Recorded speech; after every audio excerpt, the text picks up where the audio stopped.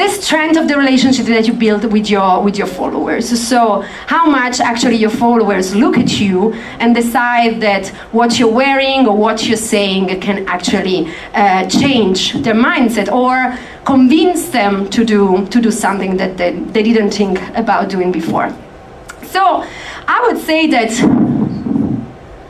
being influential doesn't necessarily mean to be famous. Or, I mean, of course, if you are famous, you have more possibility to be influential, but it doesn't necessarily mean that you're gonna be able to monetize it, and it doesn't necessarily mean that brands will want to invest in what you're doing, because if you're not doing what I said before, if you're not credible as a brand, as a personal brand, no one is going to give you money for that. Or maybe yes, they're going to give you money because some people still think the impressions are important, but definitely you will not become one of those people who are able to monetize their work. Or, I mean, if you're famous for the wrong reasons, you might have lost completely your influence and even all your money. Like, quick example, you all remember what happened to Tiger Woods when from being the most paid sports person in the world became no one, because his credibility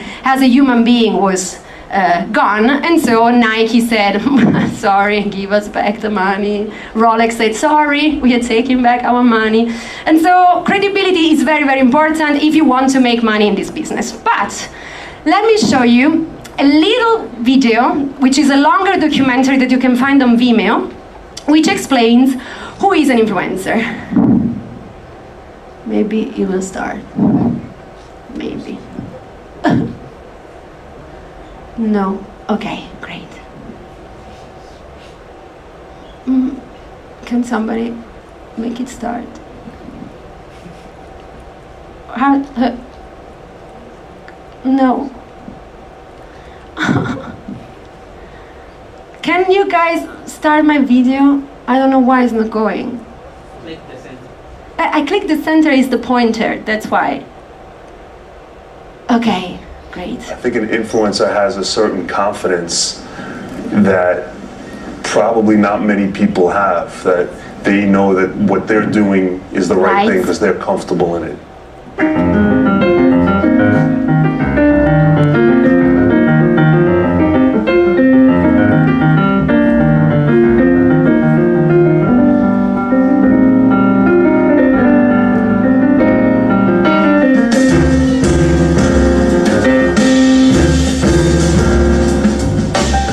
Influencer is somebody who has a different way of thinking and a different way of expressing themselves. It could be in music, it could be in art, it could be in sports. There's a group of people that are really just early adopters that really embrace all forms of culture. Those are the people that everyone else ends up paying attention to, whether it's because they're creative and they invent things, or they can recognize what the next thing is and are able to popularize it earlier. Someone who is well respected and someone whose opinion is very valued. Is a person who can take an idea, a brand, a concept that is not in the mainstream's consciousness and can bring it to mainstream consciousness. I think an influencer, just by virtue of the definition, somebody that other people listen to and react to. Right, so they listen to what they say, they have a certain amount of trust to what they say, and then they react to it. The first one that comes to mind is Jay-Z. I think in America, probably like the most iconic version of what an influencer is. Yeah, so influencers, I would say two words are very, very interesting in this short video. One is trust, and one is take something that is not in the mainstream consciousness and making and like bring it to the mainstream consciousness. So which means that actually influencers and people that are relevant for brands, because we will get to the point where we say, how do we make money, right? So these people are able to influence the culture, right? And that's why they're different from the bullshitters we were talking about, because bullshitters usually, they just talk for the sake of it. They just don't,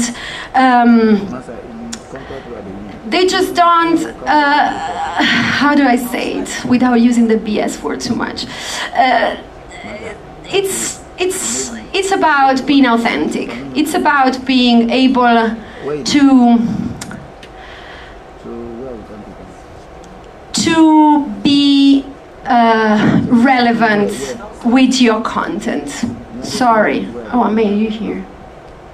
Okay, so we get here. So influencers. This was defined by the ranking. I said it wasn't saying who is really influential in this country at all. This was defined like the most influential celebrity in this country. Now, if you look at this picture, I would like to know how many of you, they feel now they want to run downstairs and buy something at Telefonica. Can you raise your hands if you feel like you really want to run downstairs and buy something at Telefonica because you see this picture? Exactly. Thank you. Okay, another picture. Oh, I keep going back and forth. This is not good. Okay, Amaya, which is in front of me. Oh, sorry, the reason why I use these pictures is because, and he knows, if I have something to say, I say to him, even publicly, even on Twitter, like, Amaya, I'll take down the content, like, that's not, okay. So, and the same with John, I am able to send him private messages and say, oh, you should add the word sponsored to this post. And he's like, oh no, but I'm like, yeah, this is sponsored. You should write it because it's quite clear that they're paying you to be there, right? But so I have this kind of conversation. That's why I can use the examples. I'm not afraid to do it. So the second picture is Amaya, which is in front of me, which sometimes I have conversation about the content that he puts out there.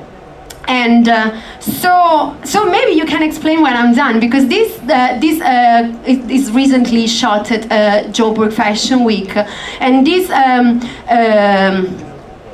T-shirt is a copy of the Dior T-shirt that Dior had in February on the runway, but doing it in actual partnership with Chimamanda, and that's why it was there. So I don't know if you guys, after seeing Amaya dressed like this, want to go and buy the T-shirt. Does any of you want to go? Great, one. You see, better than the Telefonica, definitely. Now I'm going to show you. Come on, help me. Okay, this is Rihanna wearing the same T-shirt that Amaya was wearing. How do you feel about going by the T-shirt? Would you go? Okay. What about this? Okay, this is Chrissy Teigen, which is one of my favorite people in the world because she's so blunt and so crazy, she's amazing. Wearing, you see, the brand is there, you can't really see it. This was one of the best influencers campaign of last year, My Calvin's. So Calvin Klein wanted to relaunch their super famous underwear that was really popular in the 90s, and that's why we started again wearing our underwear out of our jeans this year. It's because of this campaign. And so a lot of influencers all over the world started taking selfies with their Calvins on. And I'm sure that a lot of girls seeing this very genuine, beautiful selfie of Chrissy Teigen that doesn't look like an ad, where she's wearing her Calvins, will actually feel like, wow, I want those panties. And a lot of men felt, wow, I want to be in those panties. But that's another story. So I feel like we are getting where I want to get, which is the quality of content is what gives you the chance to partner with brands on a certain level. Because I'm sure Telefonica is paying John, but I don't think he's making millions out of it. While I'm quite sure that there are people making millions out of it, like Chrissy Teigen, like Rihanna, or like... This is so difficult today. Okay, or like this girl, who is the most paid fashion blogger in the world at the moment. And I don't like her. Trust me, it's so difficult for me to talk about her. I had to buy the Harvard Business Review talking about her. She's Italian. Chiara Ferragni is the most paid fashion blogger in the world. Her blog is called The Blonde Salad, which I think is the less feminist thing in the world. I really don't like her, but she made a business. She's now $10 million a year worth. Amaya, are you making 10 millions? Okay. I don't even think John Dumelo is making 10 million. Definitely not with that. He's making, driving cars. Anyway, so Chiara Ferragni, okay, no, because we have to go to the credibility issue. So Chiara Ferragni in 2000 and I think it was 2012 or something. Anyway, you can find the article on Harvard's Business Review. She started a blog in Italy when blogging wasn't that popular in Italy. And then there was a defining moment in her career, the tipping point. If you have not read The Tipping Point, read the book. The Tipping Point, so she's having already advertising on a blog because she's doing great, and she's having some good money for the advertising, but she wants to be this luxury, super fashion blogger.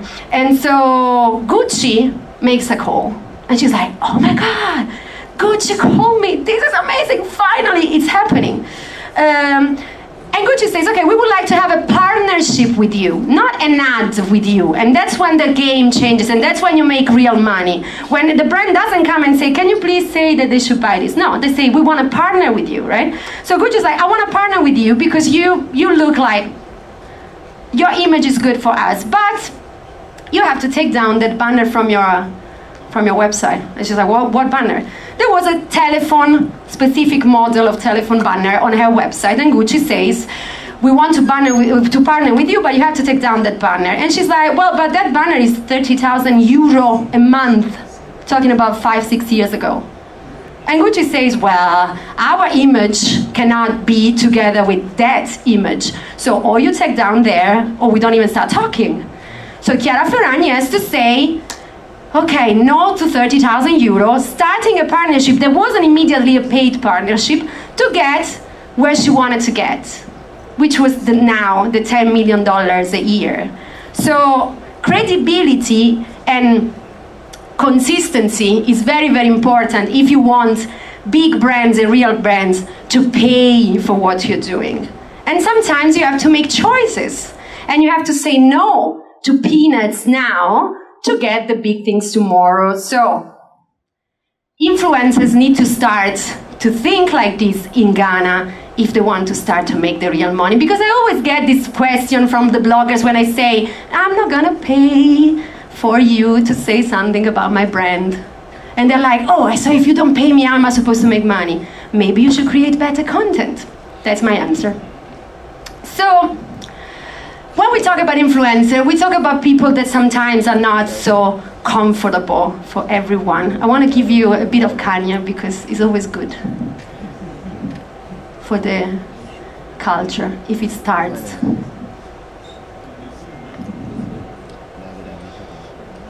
I keep... I know times for me, I sit down and talk to older, like rich people, you know, aka white, you know, but and they tell me, don't compare yourself to Steve Jobs, don't compare yourself to Walt Disney. And my friend Sakaya told me, hey bro,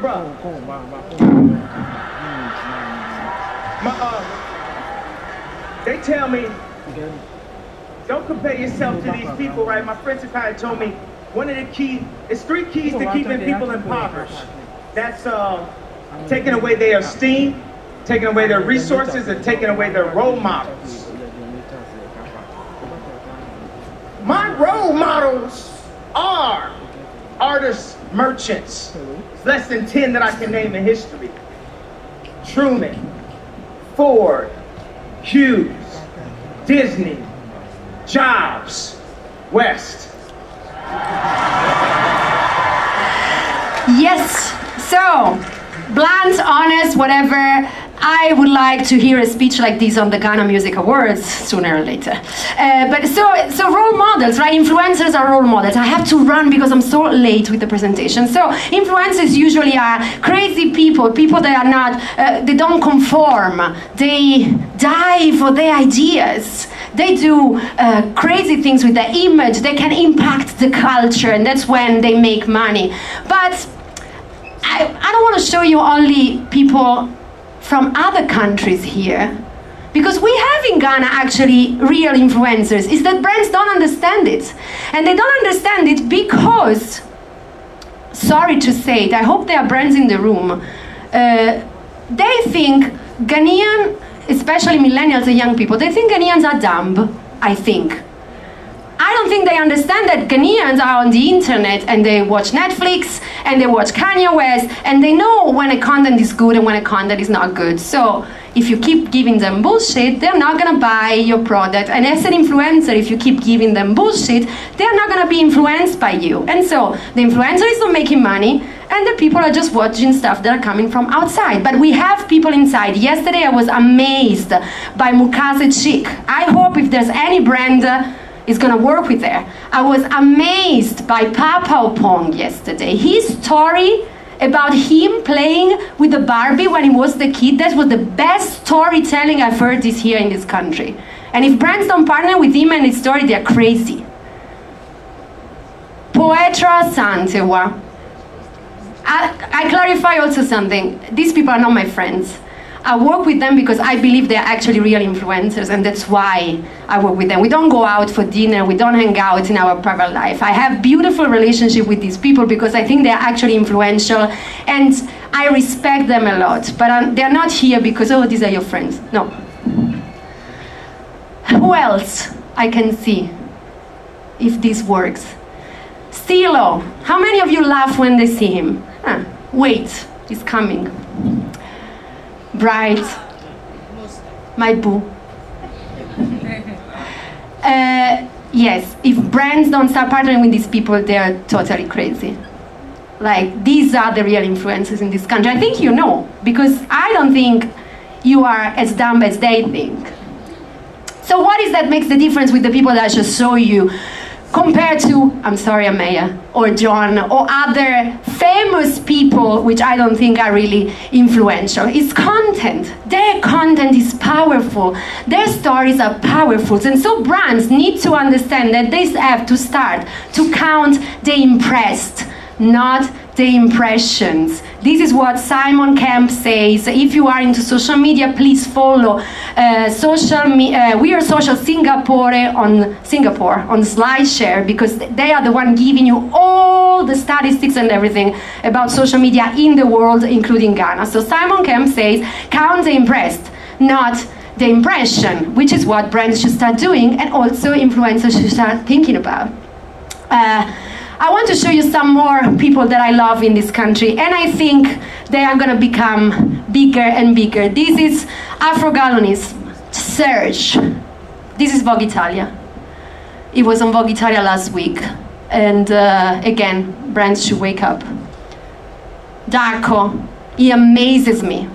22 years old, fashion, music, everything. If I was a brand, I would just like take him and say, let's grow together. Craziness artist, one of the most powerful people I've met in this country. If you don't know him, look for him. I don't want to start the whole conversation, but he's amazing. Walassi. I don't have to say anything about Walassi, including the fact that me and Walassi, we fight almost every day. So, but he's powerful. And he doesn't care, like Kanye. Kobe Graham, because I don't want to talk only about music, art, because you can make money being an influencer, writing books, talking into conference worldwide, writing for big newspapers and everything. So this guy is one of the most smartest people I've met in my life. The whole Black Girls Glow movement. Who's left? Oh, Efua Sutherland, dance. If I was a brand, I would just be with her all the time. So all this to say what?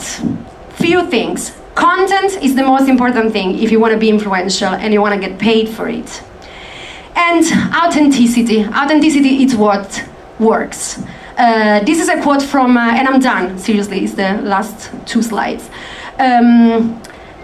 Shelley Lazarus is the CEO Emeritus of Ogilvy & Mather.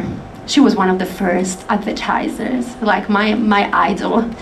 Ogilvy and Mather is one of my favorite agencies in the world, not in Ghana. Shade. She said that what works when you work with brands is authenticity. If I am on the other side, on the agency side or the brand side, I want to see authenticity. I want to collaborate with people that are comfortable in their own skin. And that's why I said Papa Pong yesterday was one of the best things I've seen in Ghana in so long. And also, the last thing that I want to tell you is that you should be thinking not about doing advertising for brands, right? We said the partnership thing. Like, look at Rihanna. She's not advertising for them. She's making the brand. Where is she? Here. Play, please.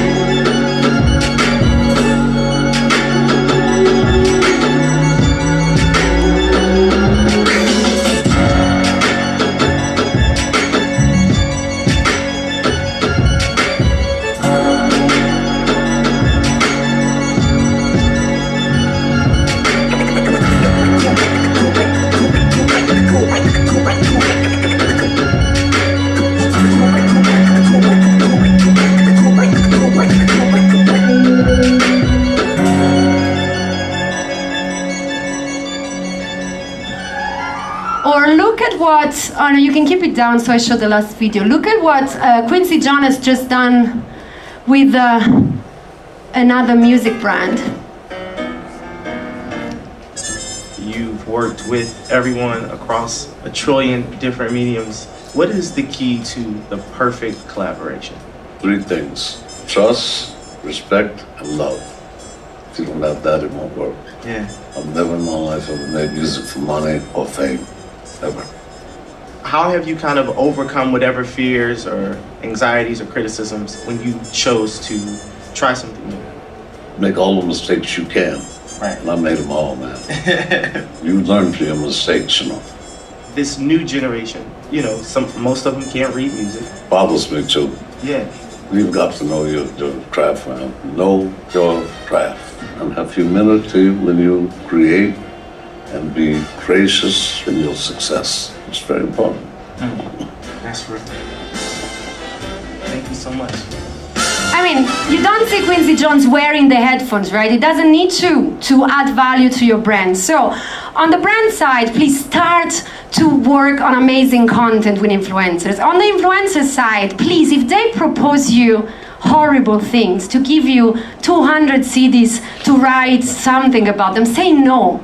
Please. Start saying no. I work in OMG Voice. You have no idea what we go through. You have no idea. Like, a very popular brand, I'm not making names. Okay, a very popular brand who drives you around town offered us 150 CDs. 150 CDs to post something. It's like, how? Yesterday I was talking with the marketing director, here I have to be very careful. Okay, marketing director who decided not to sponsor anymore very specific events in Ghana because the event owner and also, oh my God, this is going to be so great, magazine owner decided to put an advert of their competitor on the magazine. And so when the marketing director told her, oh, I'm done. When the marketing director told her, oh, but why did you do that? Like, we are starting a partnership and you just put my competitor on your magazine. She's like, oh, but how am I supposed to make money? And she's like, oh, okay, so we're not sponsoring anything with you anymore. End of the story. So, credibility, consistency, say no sometimes, because money today, 200 cities today, doesn't mean millions tomorrow necessarily. And start to propose the content to brands. Because some of them are not ready. I don't know if there are brands in the room today, the sponsors. I'm sorry, Co-House, if I'm blasting your sponsors, but some of them are not ready. But you're probably ready. So go to them saying, "Look, I want to do this content. I want to create this. I want to partner with you with this." Don't just go and beg for money all the time. It's not working. It's not working. No one is making millions. So I will leave you with a small quote from a writer and a professor of creativity and creative writing that is not for brands and not for influencers. It's for the public, because we are also the public and we have the power to make them influential, right? So we go back to what we were saying at the beginning. So we all bear responsibility in the war against bullshit. We should discourage bullshitters by resisting the temptation to cave to the clickbait and contribute to page views. Thank you very much.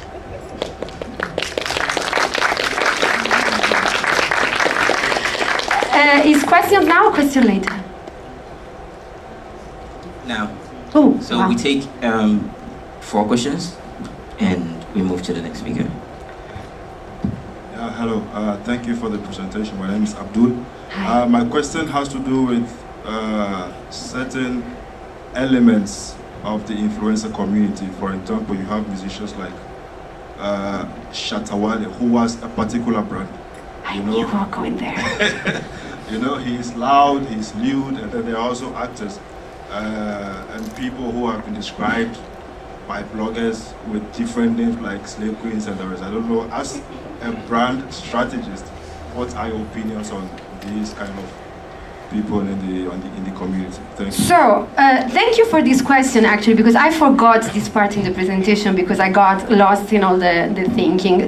Because I was having this conversation with a brand owner when we were working on Black Girls Glow, and they were talking about numbers. So when you, of course, Shatta Wale is big with numbers. It's also true that Shatta Wale disrespected many brands that wanted to work with him, more than once.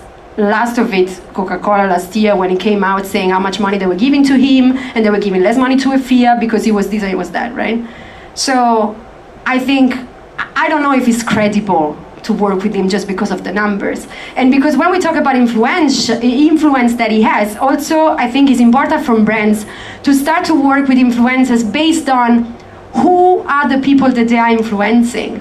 So if you have a mass brand, probably you can still try to work with Shatta Wale because the kind of people that he's influencing are definitely masses, and so mass products are good for that. But sometimes you have to look for quality. And so, yes, the quantity and quality is my war every day. So, depending on your brand, it's the impression problem. It's like if you get a lot of impression, but none of these people looking at your product can even buy your product, what's the point, right? So, I personally wouldn't do anything with Shatta Wale because I think he should learn how to work with brands if he wants to work with brands. But that's my opinion. If you have a brand that is relevant for Shatta Wale target audience, you can still try. But I would write everything and then sue out of him if he opens his mouth. Seriously. No, because it has to be a mutual respect. Sometimes brands use people and it's wrong. But if you take the money, then you have to respect, right? I don't know if I answered. Great.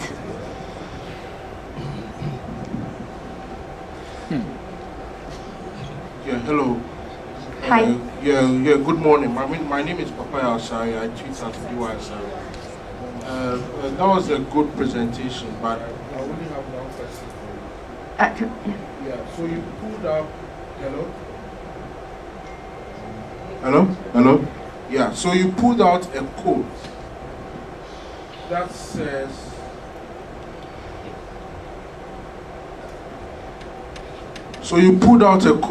says, count the impressed, not the impressions. Mm-hmm. Right? So how do you measure how do you measure the impressed? Because as much as I'm a believer of arts, of the fact that social media or digital media is an art and science, at the end of the day, the art will reflect in the content making, which you have lucidly talked about. But at the end of the day, it boils down to the numbers, the hardcore evidence, the scientific facts. So I get the reflective message that you are trying to give. But really, since we are big in the industry, how can you measure the impressed? Okay. Other amazing question, because I forgot also this in the presentation. I'm sorry.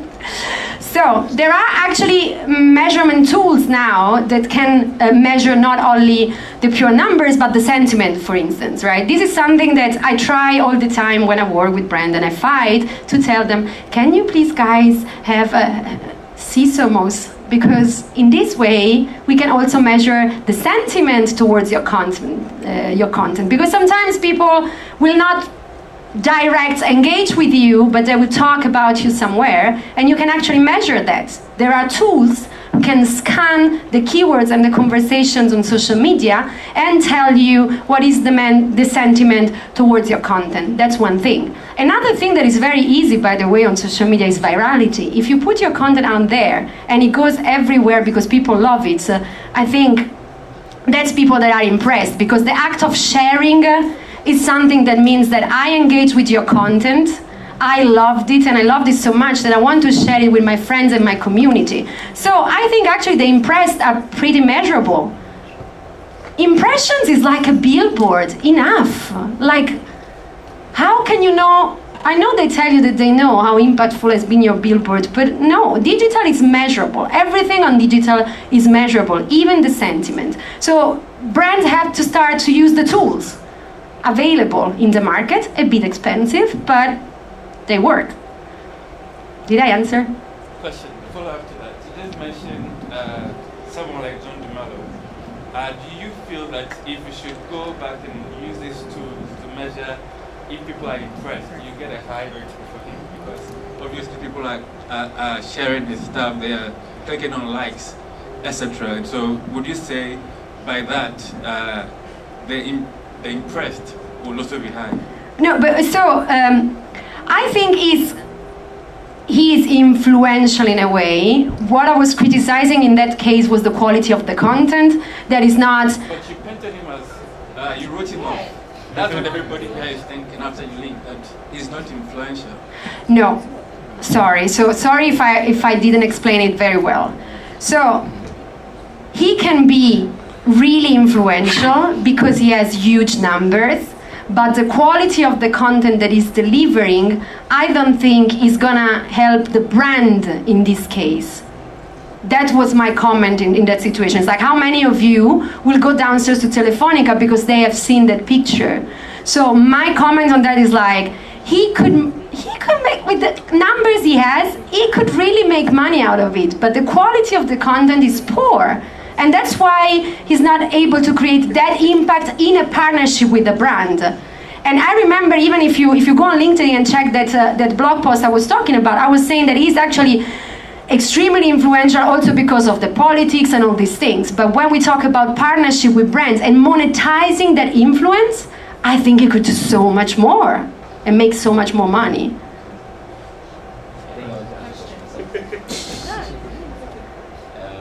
So you are talking about you're talking about the quality of the influence that he has. How do you measure the quality of the influence that he has? Because the brand that goes to Shatawali knows what they're looking for. So if I am ABC brand and I come to Shatawali, I know the kind of crowd that he has. So I know the kind of target audience I'm looking at reaching. So I don't think just by your dislike for the kind of things that he probably says or post on his page, then you can randomly just judge the quality of how you call it, the influence that he has. I don't know if I'm making my point clear.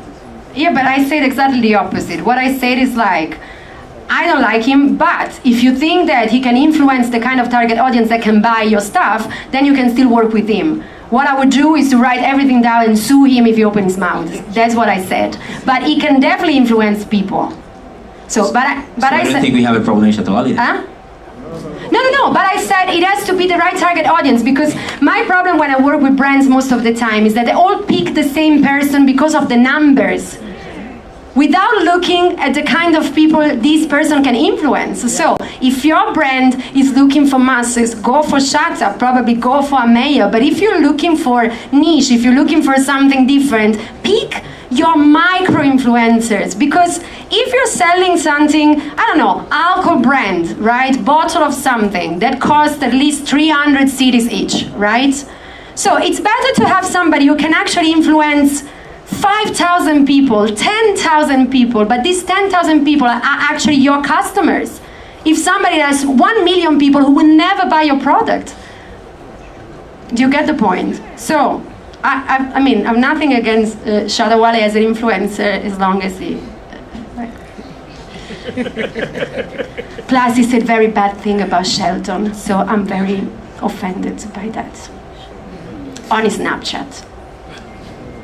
Hi, I'm Hediama and I work with NKCC. I'm not asking a question, but I'm adding up to what she's saying about the Shatawale thing. We all know that you are the brand you represent, or you are what makes the brand you represent. And so if a brand like Vodafone, which is not so loud, but then wants to engage a lot of people, especially the youth, picks Shatawale because they feel like a lot of people or kids or young people love him for his music, then they'll pick him because they want that's the type of markets they want. But then if a brand like let's say a more subtle brand won't go for Shatawale because that is not the kind of markets they want. If they are focused on getting the corporate environment, they won't pick someone like Shatawale. So that's what she is trying to say, not that she's ridiculing the fact that Shatawale isn't a good representative for a brand. He is good, but then there are brands that won't associate themselves with him because they go according to a brand guide, and their brand guide doesn't allow them to include people like Shatawale in their consultancy or marketing. Thank you for, and to add to this, I think we all know that there's an issue. Like if we have a Vodafone event, a Coca-Cola event, a club event, a star event, anything, and it's always the same artist on stage, what's the value that this artist is actually adding to your brand? People don't even remember if it's a Vodafone, if it's a Airtel, if it's a Tigo. It's Shatawale concert, and that's it. But what if you take one of those smaller influencers and you grow with them? I'm giving ideas here now. What if you take a Darko Vibes and you create a limited edition or something with him, and then in 2 years he's on Apple Music and you are the brand who were with him since the beginning? Isn't that more valuable for you as a brand in terms of sales and everything? I think it is. Are we done? Hi. Oh, hi. My name is Jamila. I know. So I just wanted to make a comment on two things. I think a big part of it is also that the digital industry in Ghana is actually still very young. And what we're not seeing enough of is education. That's a big part of it, right? So you have people who are probably not even online who could be creating amazing content, and they're not online because they don't know how to use the tools. And then you have people who are online, and by virtue of the fact that they got here first, they've been able to amass certain numbers. So I agree with you that yes, influence is not about the impressions, it's about if you can actually move people to take a specific action. That's definitely it. But for those people who are looking to work with brands, I think it's also very important to have a clear understanding of what your brand represents. Because the opportunities will come, and like she said, some will pay you peanuts, other people will pay you more, some won't pay you anything at all. But you need to be very clear on what your brand represents and what you're trying to get out of that opportunity, right? Because at the end of the day, it's a platform, and everybody, it's like an ecosystem. And so until you as a potential influencer knows what it is that you're trying to get from it, it's very easy to be A, taken advantage of, or B, to kind of get lost in the rat race with how many clicks am I getting and so on. And you will face that challenge of trying to balance giving quality content, staying true to your brand, and then at the same time trying to, help the brand get the reach that they want. So I think those are just the two things I wanted to add to that, yeah. Yeah, I mean, I agree. Thank you for the contribution. And actually, that's why I'm working a lot with as many people as I can. And I'm doing it like just because I want to do it. I'm not getting paid for that. But like that, no, but it's why I was very happy to do things with Poetra, with Blackest Glow, with Warlasti. That's why I'm very happy when these people call me and ask me what they should do, because I'm very happy to give the contribution that I can give, because brands can take advantage for sure if you don't know how to talk to them and how to relate to them, and being able to be on both sides. Now I know quite well how to help in this situation. And I'm sorry it was only 20 minutes, but if we want to just talk and create workshops or stuff or whatever, I'm more than available. I've been teaching at Radford master classes to try to help the fashion designers to brand themselves so that when they get out there, they can they know their identity, right? And it's the same thing for bloggers. You need to have your own identity. You need to have able to be recognized for your opinion. It can be strong, can be blunt, can be whatever, but at least it's you. You don't have to be all the same. And so, yeah, I totally agree with your contribution, and I'm always available for questions or other things like this anytime. Okay, so that's all time would allow us. We would quickly move on to our next speaker. Thank you. I think if you've been on YouTube often, you would see them on your YouTube. They go by the name Me Promo, and most of the videos that you watch are put on YouTube by them. So we would call Nana Kisi Rofa to get on stage and share this presentation.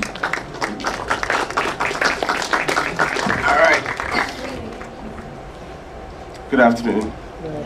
I believe you are doing well. Anyone watching here? Anyone else watching here?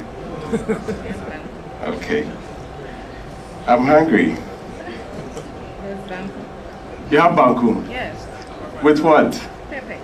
Pepe? Yes. Wow. Okay. My name is Nana Kisi and I'm representing Me Promo. We are an online portal. We handle GhanaMusic.com. Style Afrique, Ghana Music Radio, Me Promo Studios, and others. We are more into online or content monetization. We are more into that. But what we are looking here today is, how we can make money out of the content that people love. And that is what we do more at Me Promo. So, let's see this. It is what? Okay. Yeah, making money off content people love. I believe we've all seen stuff that happens on YouTube, a lot of viral videos, a lot of interesting videos that goes in and out daily. But we don't really know what goes into it in terms of making revenues out of it. I'm here to just give a bit out of how we go about helping the people that we work with make money out of their content. So we are limiting it to YouTube this afternoon. But any other thing that you want, you can see us later and we talk about that. Yeah. And I'm proud to say that if you give me 10 musicians in Ghana, we work with about 8 of them. Your top 10 artists that you have in Ghana, work with 8 of them. Can we give some names? Let's try.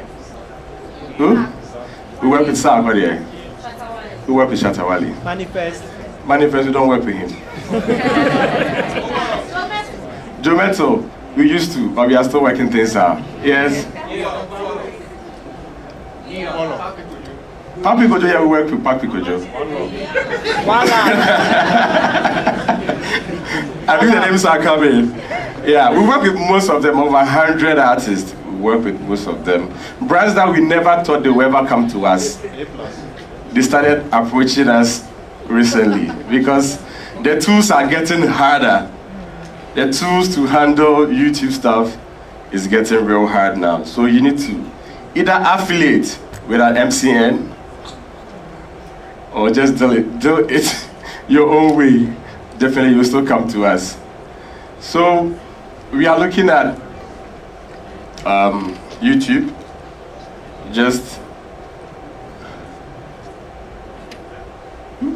We're looking at YouTube. Just a brief about YouTube. We all know that YouTube was originally started in 2005.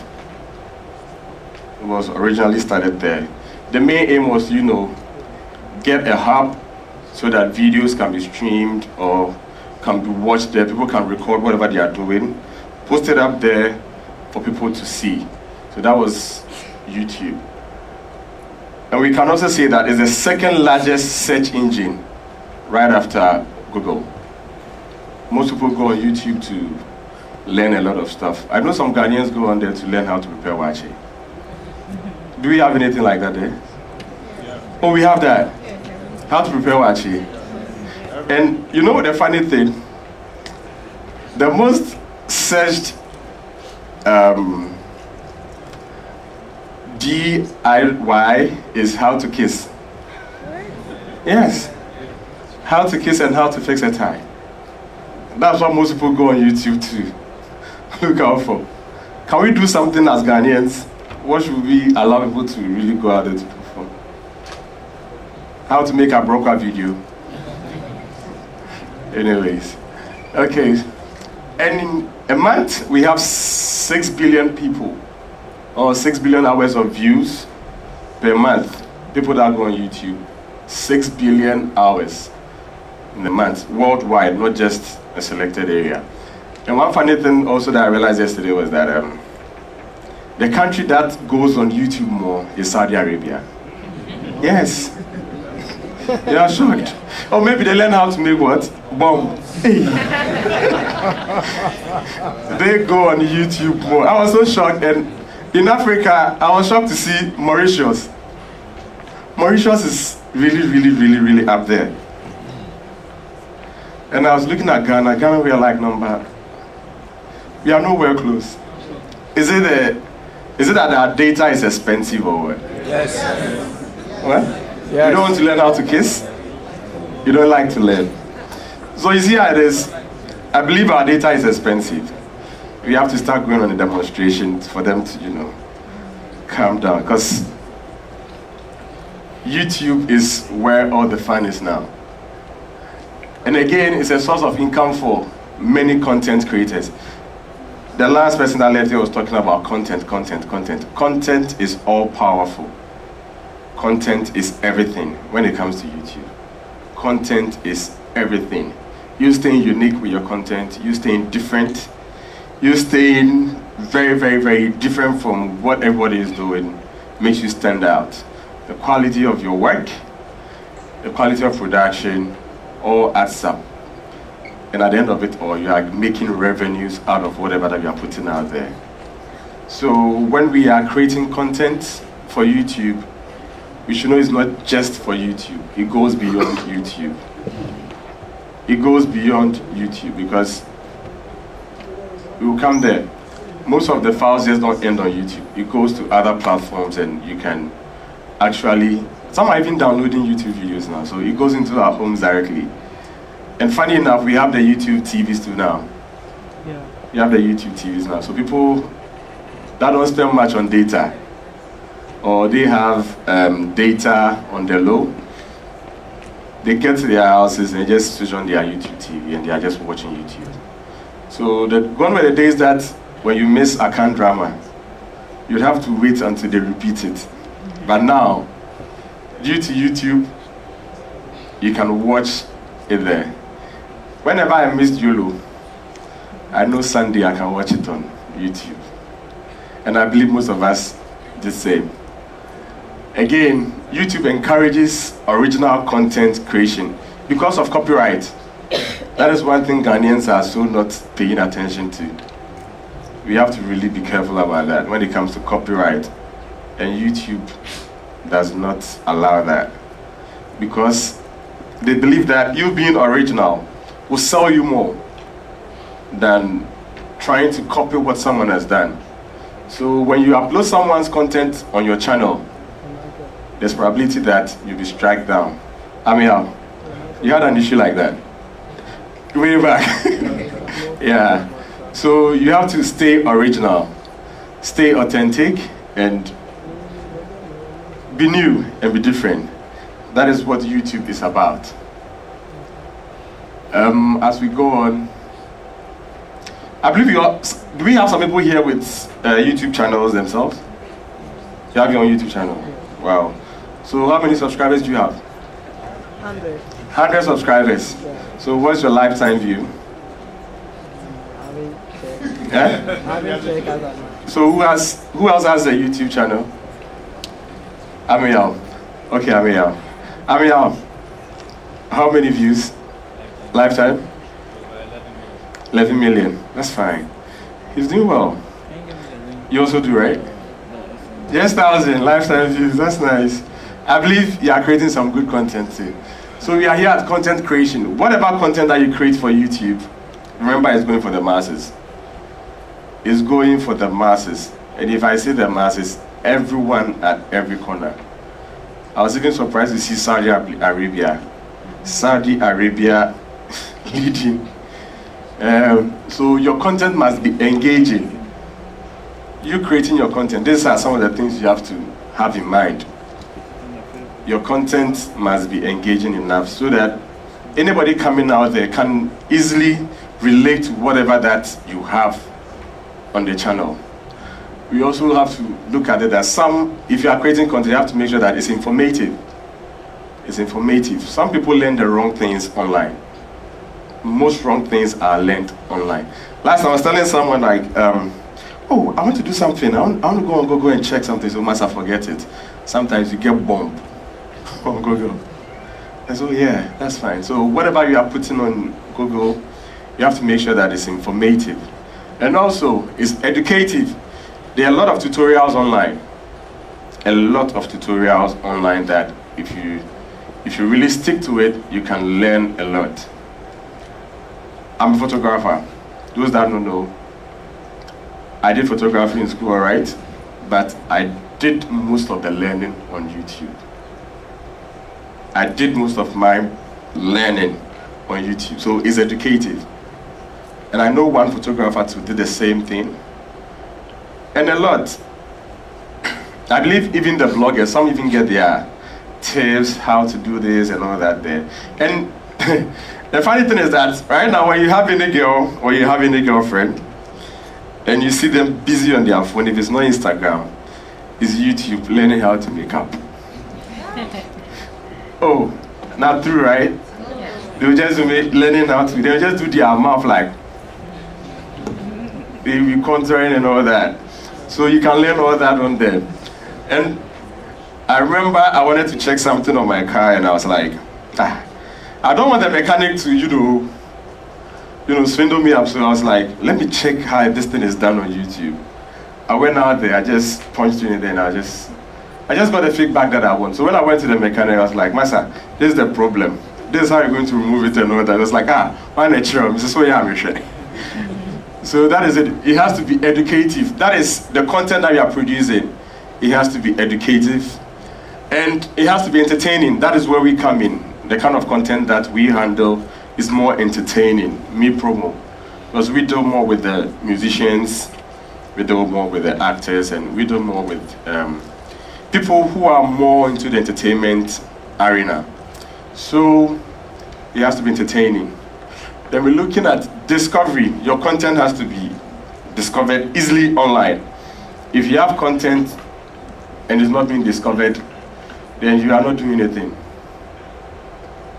If you have content and it's not being discovered, you are not doing anything.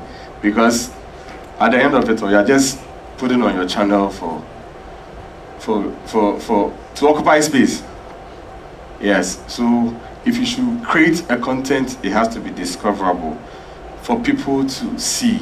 And it being discoverable, there are some keywords, there are some tags and all that comes with it. When you come to the back end of YouTube, those that are familiar with it know what I'm talking about. We have something called tagging. We have keywords, AdWords, and other things that we add onto every content to make sure that the content goes or gets the mileage that it has to get. So, what is trending now? Jometo. Jometo is trending now. Oh, it's new video.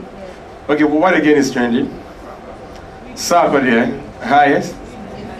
Yeah, I saw something. The eyebrow, they do it somewhere now. Logoligi straw.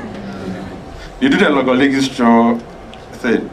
You know, some of these things are keywords. If you want your content to be discovered easily, you add some of these words into your tags and all that, so that when someone goes onto the YouTube platform to look out for a content, they can easily find your content. Let's say I have a music video that had, let's say, Lowen, or say Krum Lewen, and I want to tag him in the video. There are certain keywords that are associated with him. Can we give an example? You see that? We have these keywords. Okay, Sia, can you saw Sia? As I there's long. There are others. Some you can even add Kuma Wood. You can even add comedy. A lot. There are a lot of words that you can add to make the content discoverable, shareable. I said earlier that most of the content don't just end up on YouTube. It goes beyond YouTube. If the content is that nice and I watch it, I want to tell a friend that, hey, Charlie, I've seen this thing here, it's nice. I might want to share it onto my platform. If I have a website, I might want to embed it onto my website and all that. So whatever content that we create, we have to make sure that it is friendly to the audience that are coming to look at it. Not just, it has to, because that is the way now. If I have social media and I have numbers, this is the time for most of these celebrities and all that to make money. If I have over 1 million followers on Instagram, though it's hard dealing with links and all that on Instagram, there's a way you can still do something. You can just create an artwork, put it up there, get a link onto your Facebook or Twitter or whatever, and you go. It works like that. You get it? So if you have the numbers on, let's say, Facebook, over 500,000 followers or people liking your platform, this is the time to make the money. If you're a celebrity and you're not making money, you are dumb. That's the truth. This age is about numbers. So if you have all the numbers and you're not making money with it, you are useless. Oh yeah, you are useless. Trust me, you are useless. You are useless because you are on social media flaunting this, flaunting that and all that. And you are not making revenues out of the numbers that you have. You are useless. Sometimes people go like, Shatawale likes fighting, Master, he's making money out of that. That's the truth. People don't know. Shatawale will just be in his studio, insult people. Excuse my language. He will insult people, say what I want to say. It gets to us. Ni, Charlie, the thing upload that. So when it gets, sometimes it doesn't even have to call us. We don't know what he's doing. So we'll definitely pick it up, put it, and make sure that we monetize it nicely for him. You go on YouTube, go and watch it. You go on YouTube, you go and watch it. You go on YouTube, you go and watch it. Numbers keep adding up. It keeps adding up. A week or two or a day or two, it starts trending. When everybody goes on YouTube, that will be the very first video that you see that. That will be number 1 trending in Ghana. So let's count money now. He's making money of the numbers that he has. Shatawale, Sarkodie, Stonebwoy, all these big acts are making money out of the numbers that they have. So we're looking at interactive. Your content must be interactive. I believe we understand what interactive is. When someone comments on your stuff, you have to reply Next time when you're doing a video, you give them shout outs and all that. You let them suggest some of the topics that you want them to treat. They want you to treat and all that, so you have to be interactive. Looking at targets, you have to know your audience. You have to have a target audience. And doing that, YouTube gives you something we call analytics. That's more like the back end. Those that don't know, you can get to know the age of people who are looking at your content. You also get to know the regions. If I say regions, let's say Europe, US, Africa, whichever part of the world that is looking at your stuff. When you go to analytics, you can look at it all there. So when you're creating the content, you know where your targets are. And if, let's say, those that even use phones to watch your content, you'll be able to know. Those that use the desktop, you'll be able to know. There are a lot of key stuff that are there that will help you, make your content good. Then looking at sustainability. Right after doing all this thing, make sure that you're able to sustain it. Not just about putting up the content for day one and that's it. It should be everyday thing. Because people are going to share it. And when they go and they like it, they want to get more of whatever that you have. So it has to be sustained. So if you can't sustain, don't start it. If you know you can't sustain it, don't start it. I believe we all know Calibos. Calibos and Amofi Patri. When they started, the craze was there. Everybody was going on YouTube to look at whatever that is there. Where is it now? Mark-Angel Comedy. What's the girl's name? Emanuela. Everybody, Emanuela. It is there. And I believe they are doing well with their production and everything. It's upskill now. They mean business. So you have to be able to sustain whatever that you start if it has to do with content. And we look at channel branding. I've just run fast with this. If you have a channel, you have to make sure that your title or your channel title must be captivating enough to also attract people to whatever that you have. So if you sell kuku, don't go and name your channel Wachi. It has to be very specific on whatever they are doing. Brands like Sarkodie, like that, since we know there will be some sort of duplicates and all that, we have official Sarkodie, Stoneboy and all that. They have their stuff like that. We come to the banner.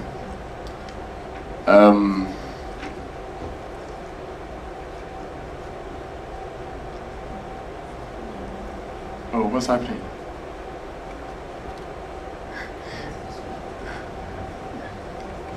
Yeah, so that's what we have there, the channel banner. Whenever you go onto any YouTube page, that's what you see. You see the channel banner, the channel icon, the channel title, the channel trailer, and all that.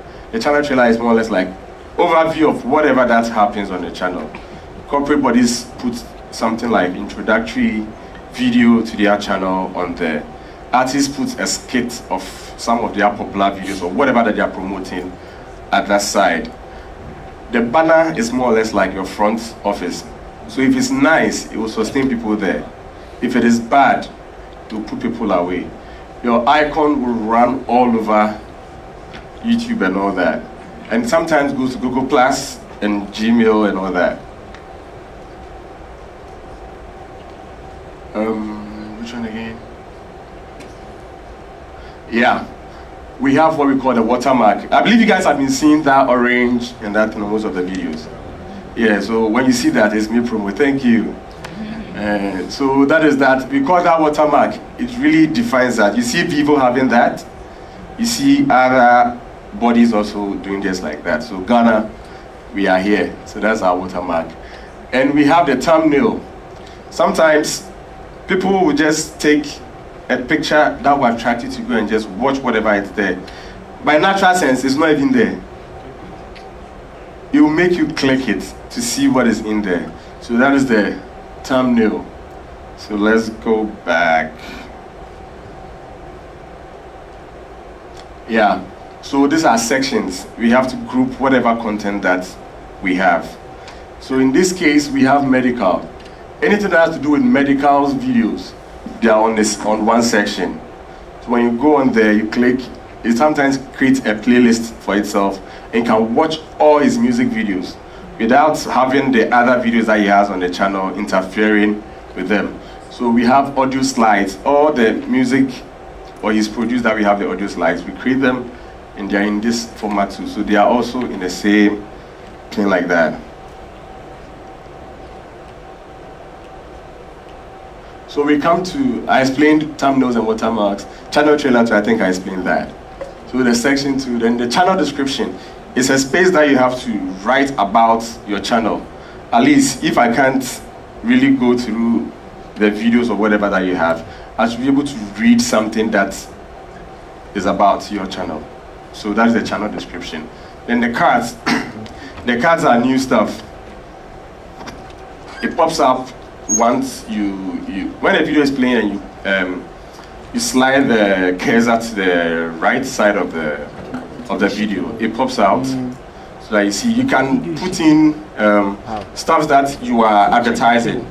You can put maybe links to your iTunes stores and all the other areas that you want people to also go out of YouTube to look at. So that's what you see when you get there as well. Then we come to monetization. This is where we call money. This is where we make the money. So to make the money, we have ways of making that. MCN is what? Multi-channel networks, and Me Promo is one of them. We gather a lot of content creators and monetize their content for them. You'll be busy, you can't do that, so let us do it for you. Who wants to give us his or her channel? You don't even have a channel. Come. It's free. You don't take any money to do that. Yes. Yeah. What happens is that when YouTube pays you, we take our cut and you take your money. How much? Okay, this is simple. I can tell you, but not here. Come to the office. No, this is highly confidential. Yes. So MC, and that's the work that you do. We aggregate content from different content creators. Then we monetize, we manage, and we also promote.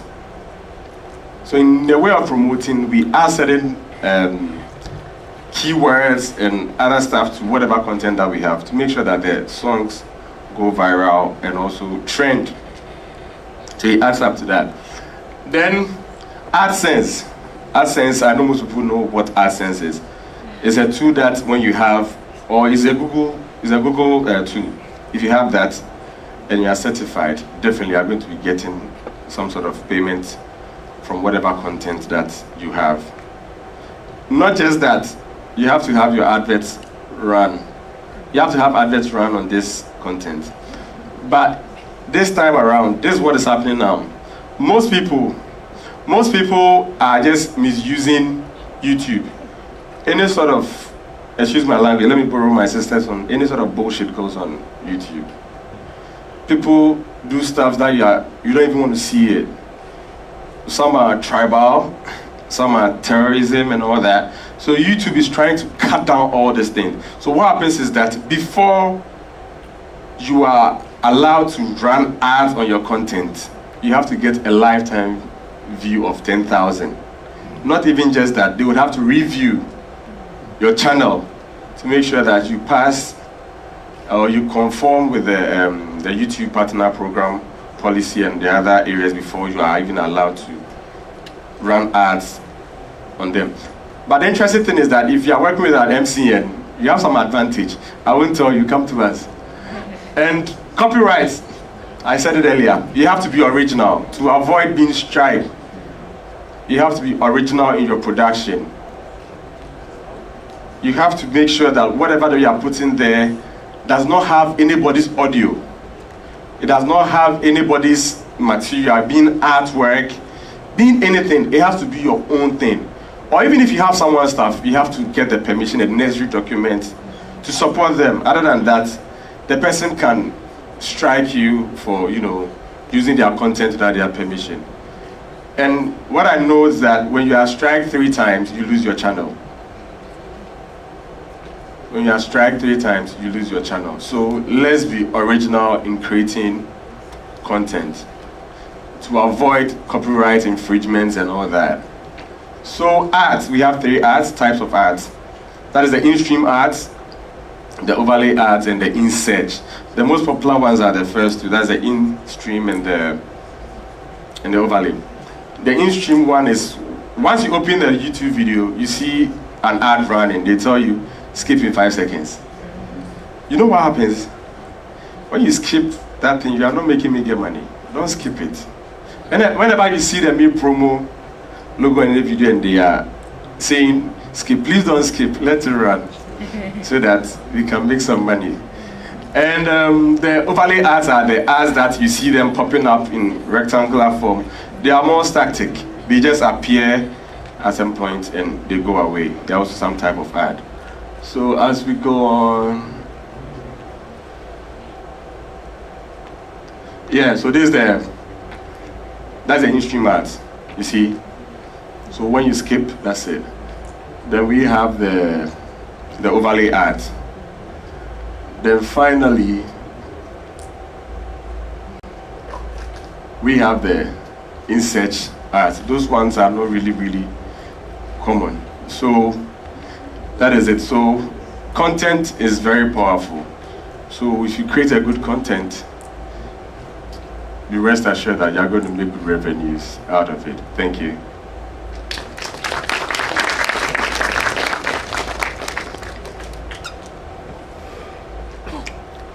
Can I sit down? If anyone has any questions, we can take 5 questions.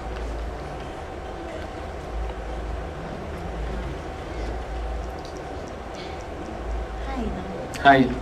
I wanted to say that it has a percentage. Which one? The amounts that you charge.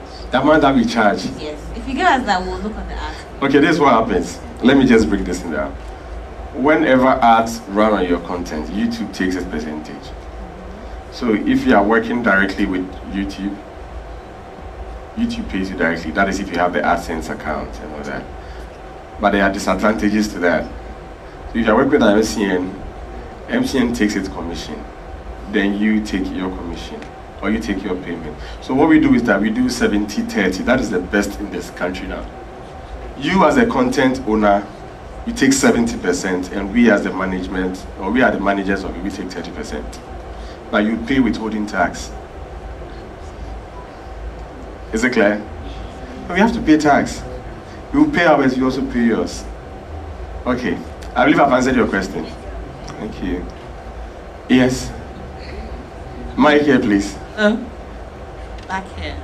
Okay, yeah. If you're a new artist or a new content provider, and you're the MCN, and your job is to get people noticed, right? Yeah. And get it monetized.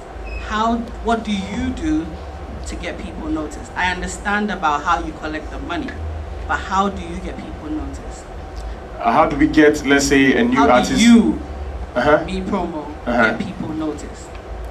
How do we notice that? How do you, Me Promo, get, for example, you get a new act, brand new person. Yeah. It's great that you're mentioning the Sarkodis, the Stone Boys, the Shatawalis, Yeah. they have the numbers. If you're a brand new act, Yeah. and I come to you, and Yeah. you're taking 30% of my money, plus withholding costs, withholding tax, how do you get me noticed on YouTube? Yeah, as I said, you being an MCN, you have some sort of advantages. Like? Certain things are supposed to be just for MCNs. Like, please. I'm asking because I think there is, MCNs are great, and I'm sure there's many benefits. But the purpose of today is to find out what Let's the take this thing benefits like content ID. Do you know what content ID is? are. Please explain. Okay, content ID is a unique code that is assigned to every content, so that nobody, once it's uploaded on your channel, nobody else can also upload that. Right, but I could get that content ID myself. You are not an MCN, so you can't have it. I can't get it. Yes. Okay, so besides my content ID, which is to get people, stop people from stealing, for example, Yes. my music, Yes. that would mean that the music is already popular. I'm saying, what would you do to make my videos, my content stand out? Stand out, yeah. We look at the branding aspect of it. We look at your brand. You as an artist, I remember when we started with Papi Kojo. Papi Kojo wasn't known in Ghana.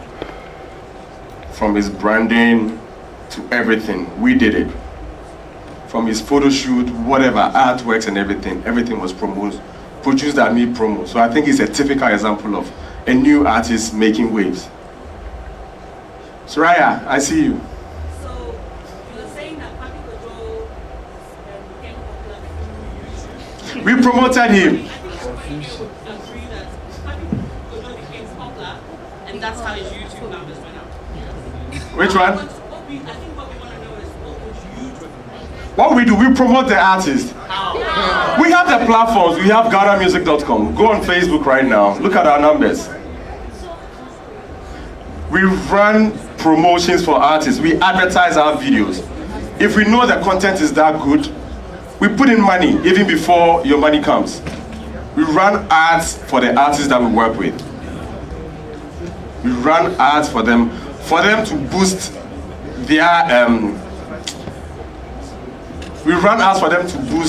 their mileage online, not just YouTube. It cuts across.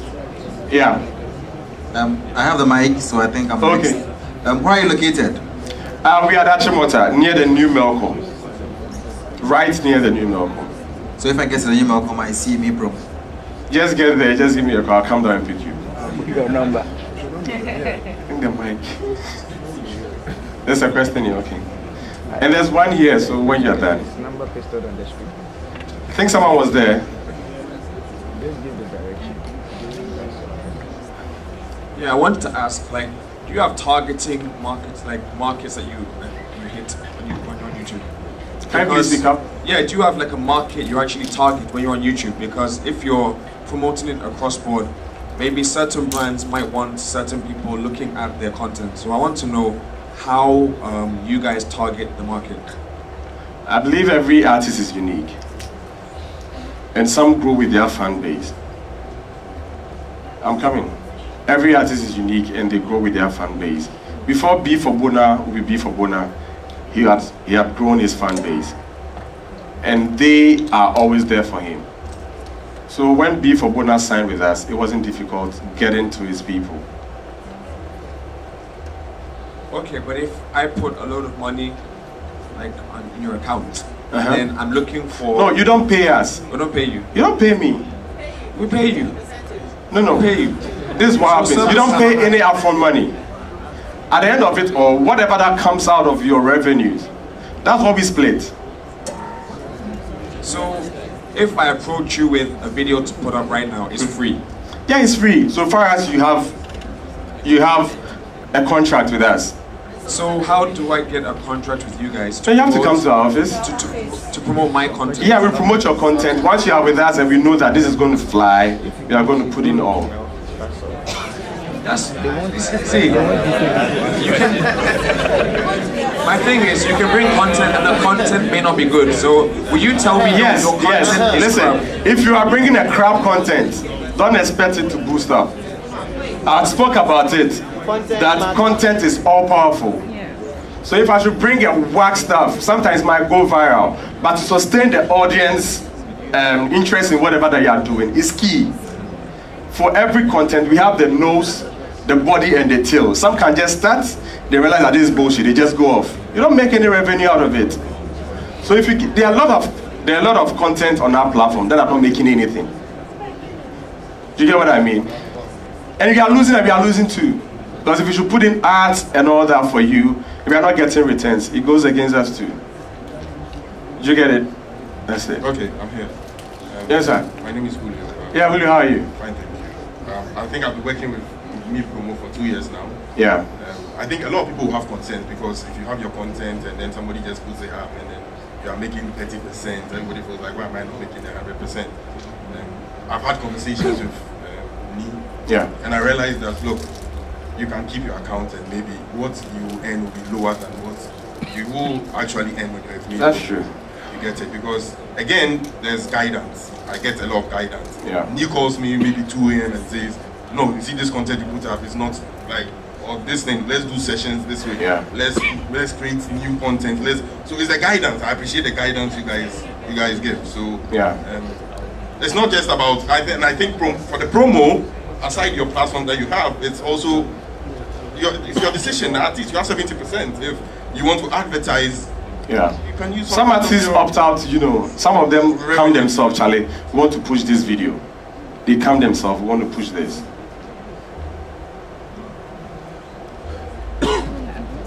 This lady, you want to kill me? Good afternoon. Afternoon. My name is Wayna, and I'm a makeup artist. First of all, I want to ask what makes a good content for you. For me? Yes. As me promo. Yes. What makes a good content? And in an instance where somebody would like to produce something but doesn't have the funds, are there alternative ways that you could suggest that a good content that can still be put together that is valid enough or good enough for your platform? Me Promo is a full media house. We do events, we have our own studio. So sometimes we even record for people to achieve that quality that we want. These days, people can just pick their phones and just do any video and they upload it up there. Trust me, those who have been videoing like this is wrong. It's wrong. I said earlier, we have YouTube TVs now, and every TV is wide. So try and record wide. Try and record wide. So back to the production. If we know or we believe that your content is good, and it's something that we can also do well, or we can also do well on that, we can partner. We can produce the content for you. We put it up, then we just share whatever revenues that comes up there. Definitely we take our production cost out of it. No, we have a studio that deals with all other stuff. You as a makeup artist, you come into our studios or you have your own place you want to do. You might want to do some sort of trials or some sort of tutorials for people to know. We can come in wherever you are doing it.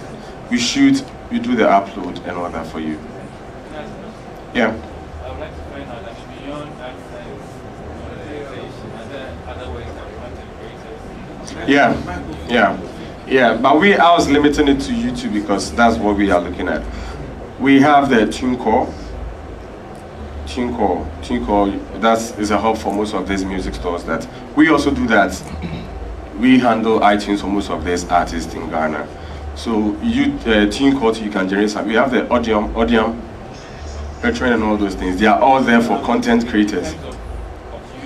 Yeah. If you're doing sachet, the way maybe you can approach a brand, also to get content, like money from that brand, and you're more or less like a third-party ad and all that. What are the restrictions and things to look at? I think we have to look at the contracts and all that. We would have to look at the contracts. Because YouTube don't allow those things. They don't allow that, you running. So sometimes when I see some of these online shows and they are showing those things, I'm like, this they won't last. They won't last. Sometimes it's tricky. It's tricky. Yes, sir. You mentioned that you promoted Papi Kojo from scratch, right? Yeah. Okay, so looking at him, if you can use him as a case study, how long did that take to promote an act right from the scratch?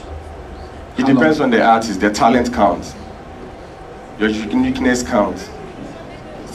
Papi had the look. He was different. Soraya, it's not just about Papi. It was different. His talent was something that was missed in the industry for a long time. His looks got him a lot of following. You know that. So we even had to do an event for him at the Western Mall called Change Your DP with Papi Kojo. And trust me, the numbers that came, people were just trying to look like him. You could realize he was an influencer. It was really driving the numbers. So it counts. Talent and all those things counts. That would determine the length at which we can say we would do for an artist, an up and coming artist. Hi. I got the message wrong completely because is this? I think it's what Samia was trying to say. I'm trying to understand if it's what you're saying is all about advertising and. I mean, contents go viral constantly without need advertising. So I think the message we're giving.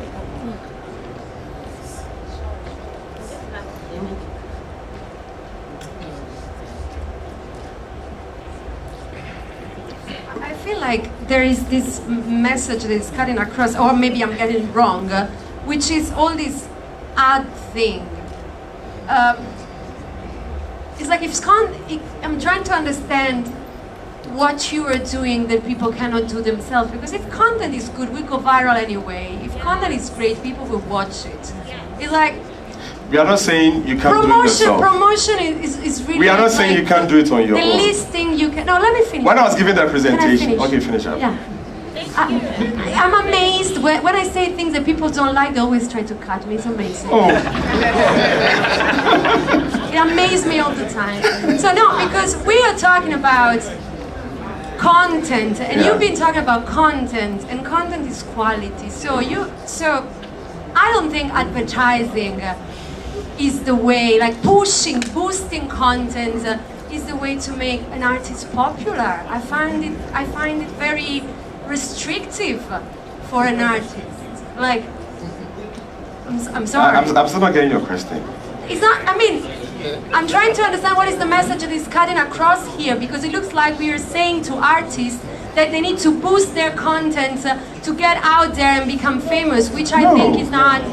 That's not what we're saying. Okay, so can That's you not what we are explain saying. that? What I'm saying is that every artist is unique, and whatever content that you put out there must have some sort of factors coming with it that will help it go.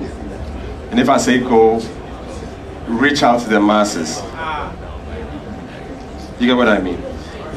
Doing this, there are adverts that run on this content. And these ads are secured by Google. Yeah. And the funny thing is that we don't have more local ads. We don't have more local ads. So looking at the region, let's say America, they have more watch time. Making money, let me just make this clear. Making money on YouTube is not about your views. It's not about your views at 2 million or whatever. You can have 2 million views, but you're not making any money. It's about watch time. Watch time is the key. The amount of time or the length of time people spend on your video. That is the key. So if you should have an ad running on your channel, means the channel is monetized. And you definitely make money. Yeah. You make money. No. The fact that you have views does not mean you are making money. Whatever, you make it anyway. Mm-hmm. I don't understand what is that you do.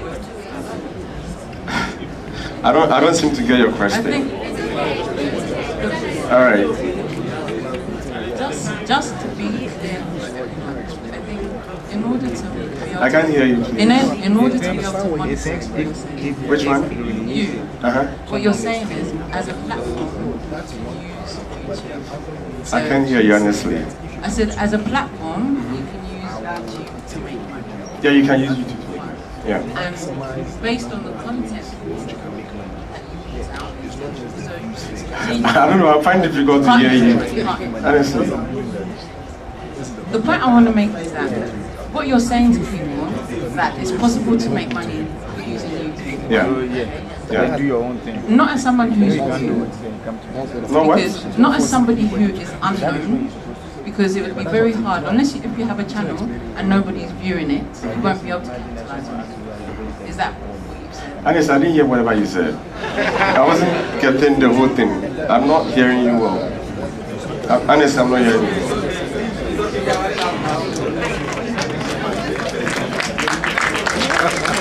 This is what happens. I believe you are working within time. Whatever questions that you have, I have my team and everything here. You can see us and we can just trust things out for you. I'm saying to you that Okay, try again. what you're trying to say to people is that, one, YouTube, you can use it to make money. Yes. What Irene is trying to say is that, the point that people are not getting is that as someone who's unknown, you may have a channel. If you don't have viewerships on it, you can't make money from it. No, if nobody's watching your stuff, it'll be very difficult. Yes, okay. It'll be very difficult. So the artist that you use, Papa, you strategically use YouTube as a tool. Not just YouTube. No, but we're focusing on YouTube. Okay. Yeah, you strategically use it. You would have known that he's going to blow up at some point. You create a video shoot, you create content which you know is going to be appealing. And whatever event happens which draws attention to him, he gets viewers on his YouTube page, it blows up. Yes, you get the numbers you need. You create adverts, whatever. He's going to make money. You make money too. That's your job. So I think it needs to be explained to people that as somebody who's unknown, it's going to be very, very, very difficult for you to make money from YouTube, but it needs to be part of a wider plan. Should I go on? Yeah, that's it. But we should all know that content is all powerful. So whatever content that you are making, it should be engaging, informative, educative, and more of it, or it should be shareable, so that it can go all over. I wanted to ask. Can we do this after? Yeah, I think they are calling my attention. Okay, so I think a lot of people want to ask a lot of questions, but time won't permit us. We'd have to move to the next speaker. Our next speaker is Daniel from ZeroNet. Okay.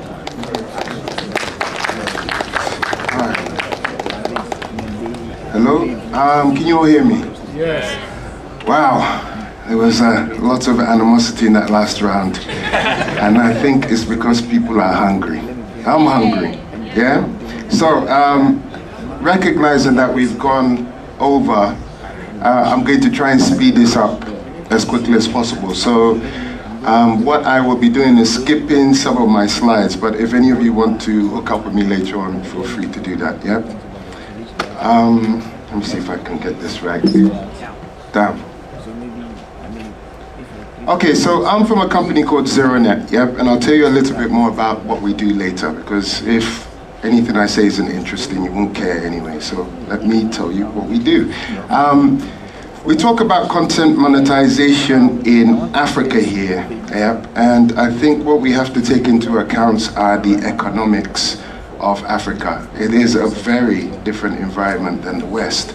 I mean, everyone in the UK, in the States, and everyone else, they all use the same YouTube that we use. But the challenges here are completely different.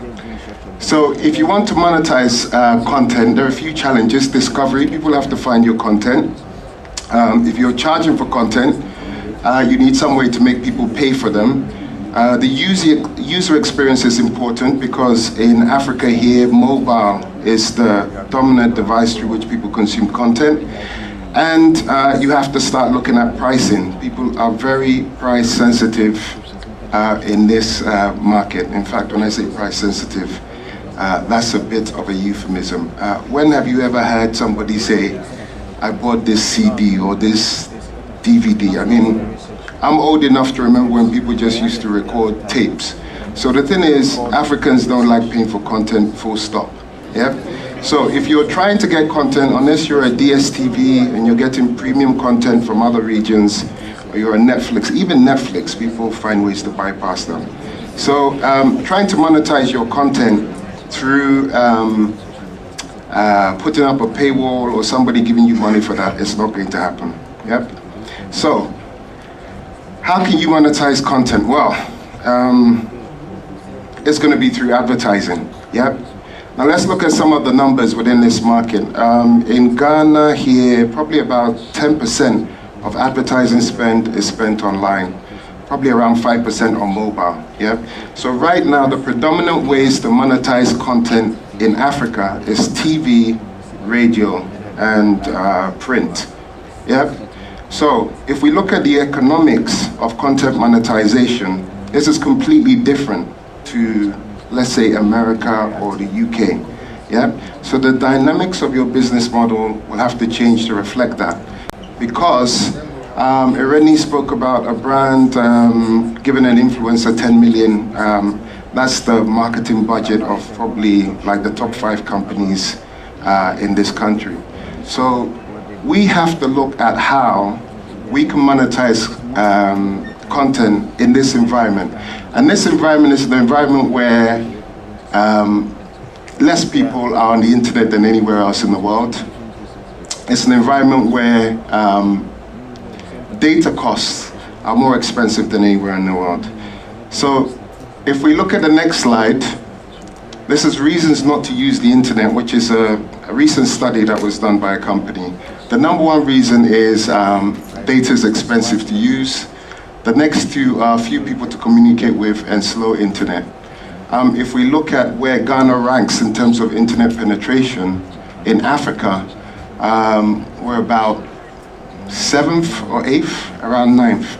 Yep. So this is the environment that you guys have to try and monetize content in, and it's very challenging. Yep. So let's state the facts. You cannot do what other people do in other territories here and make money. At least the majority of you won't be able to do that. Yep. We're just not at that stage yet. We will be one day, but right now for brands, the fact that if you look at big companies like Unilever, like Coca-Cola, like MTN, a majority of them decide to give their money to TV3 or you're just not going to, get the kind of money that other content makers get in other countries, yeah?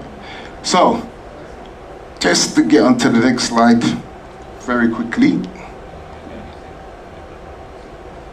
I'm gonna go up.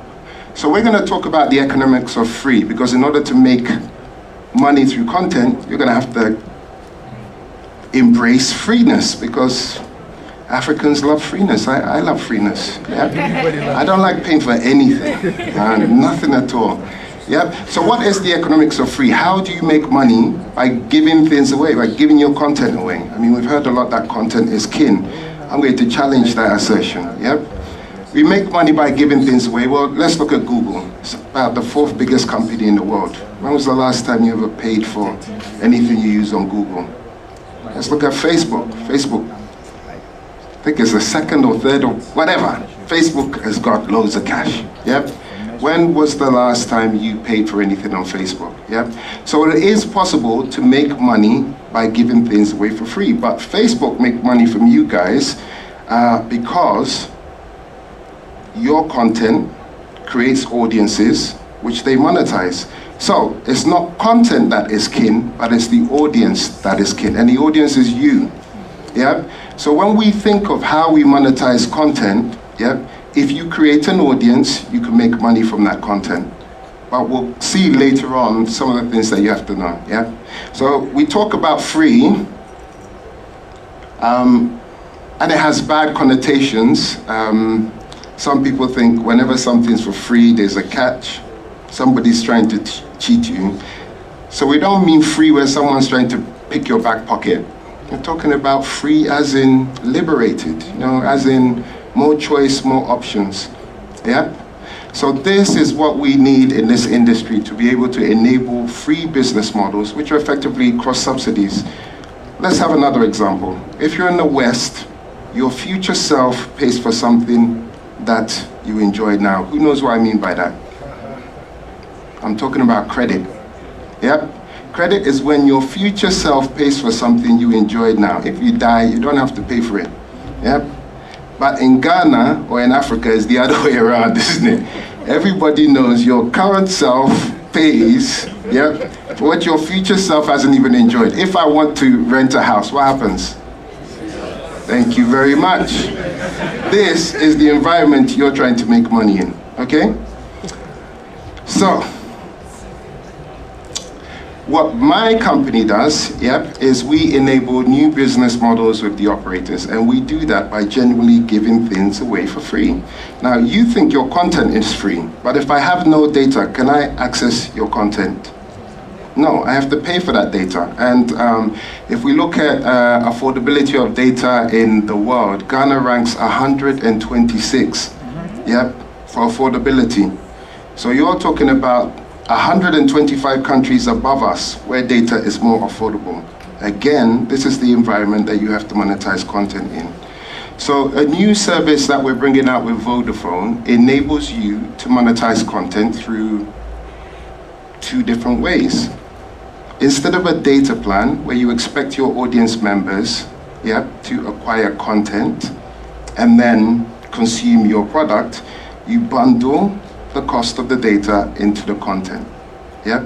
Now, if your content is free, how are you going to recoup that? Well, it's very simple. It's through a revenue share with the operator. Yeah. So through a content plan, what you're actually doing is you're saying that if I have a video, the data that you need, yeah, to watch that video comes with the video. So watch this video however many times you want. Listen to this song however many times you want without paying any data. Yeah.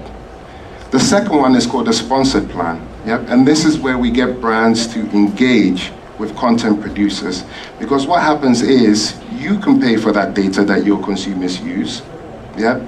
Or a third party can pay for that content. So in this case, it's a sponsored plan. Yeah. So I understand with all the hunger in the room, the two new concepts I've introduced are going to be difficult to grasp immediately. But think of free basics or free Facebook. Yeah. What happens? Facebook allows you to access their websites for free so that more people will use it. But what happens when you try to access a video on free Facebook?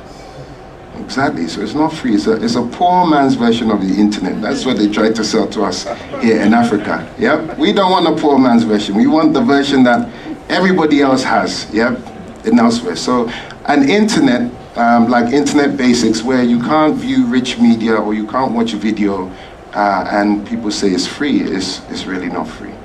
Yeah? So the only way we can make the internet truly free for Africans because of the cost of data is by removing data charges. The only way we can remove data charges is if we find a third party to subsidize them, because my pockets are tapped. I have no money for data. Yep.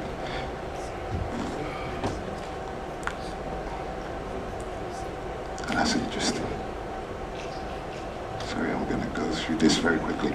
So let's talk about social media, because I think we're doing ourselves an injustice here, because social media has become synonymous with these companies, Twitter, Facebook, Instagram, and all the rest of those. And social media is actually a content model, yeah? Or it's a kind of distribution model. It's not necessarily those countries.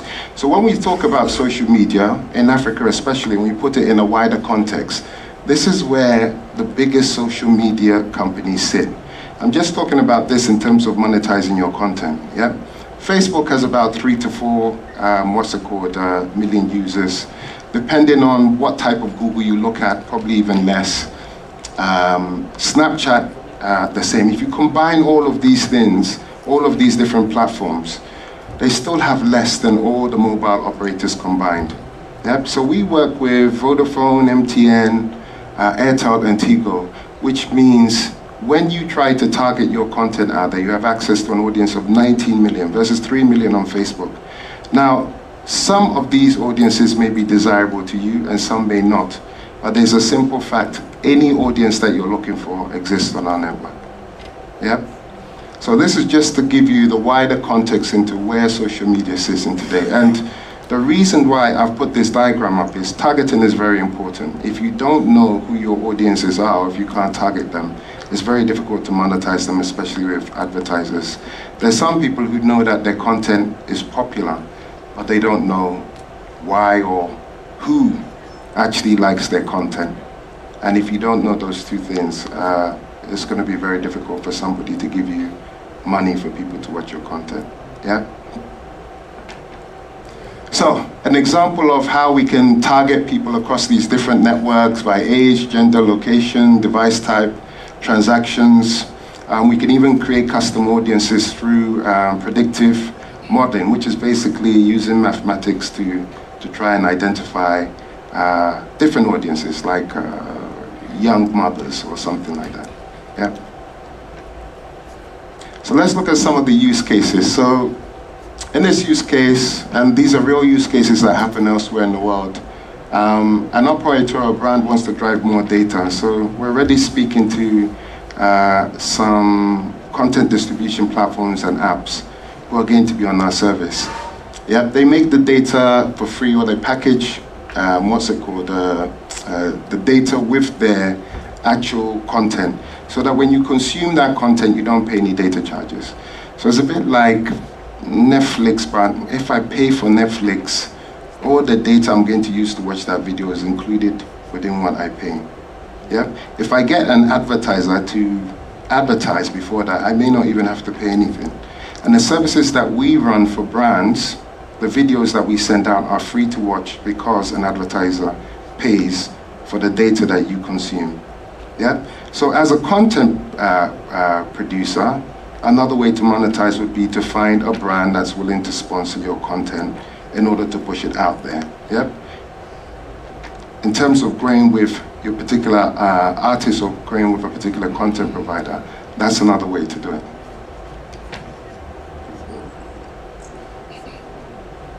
So, I had a message on there saying content done right must be done on mobile. Let's face it, mobile is the predominant platform in this country. So for me, if you're doing content and you want to monetize it, it has to work on mobile. Rich media and interactivity, I think we've covered this as well. The insights are very important in terms of you improving, what's it called, your content and reaching a wider audience. And we've already talked about being able to target various audience members through effective targeting. So being able to target by age, depending on the content that you have, may be very important.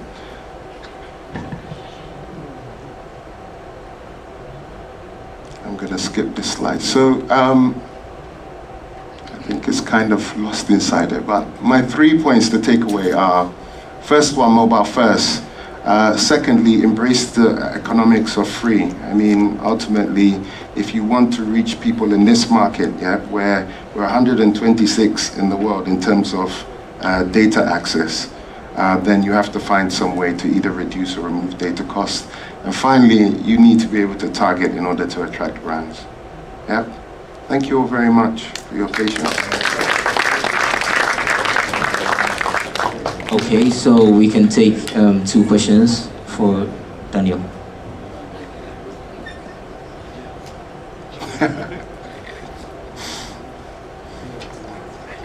Yeah, hello Daniel. Hello. Thanks for your wonderful presentation. Thank you. My name is Papaya Asari and I tweet at BY Asari. Okay. So I'm quite intrigued. You've done something this afternoon. You've actually challenged Bill Gates, his essay in 1996, where that was where Content is King came out. For those who don't know, Content is King was said by Bill Gates in his very brilliant essay in 1996. So I've actually tweeted that you have actually challenged Bill Gates now. Can you give more by saying that the audience is king? Because Bill Gates says content is king. Most digital marketers go around flying about those words and say content is king. But you come here with a bold assertion that the audience is king. Can you give more illustration to justify your point? Okay, so if we look at the 3 biggest, well, 3 mass communication mediums, radio, TV, and internet. The 3 things, well, the one thing that they all have in common, sorry, the hunger's starting to get to my blood sugar levels. The one thing they all have in common is they're very heavily subsidized.